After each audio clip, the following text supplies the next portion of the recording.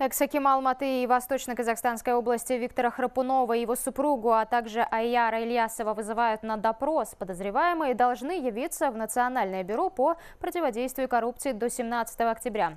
Пресс-служба антикоррупционного ведомства сообщает, что в ходе расследования дела были получены доказательства, подтверждающие преступный характер их действий. Собранные материалы позволили квалифицировать противодействие деяния подозреваемых в создании и руководстве организованной преступной группой, злоупотреблений должностными полномочиями, хищениями государственного имущества и бюджетных средств, получения взяток. Говорится в сообщении, сейчас они находятся за пределами Республики Казахстан.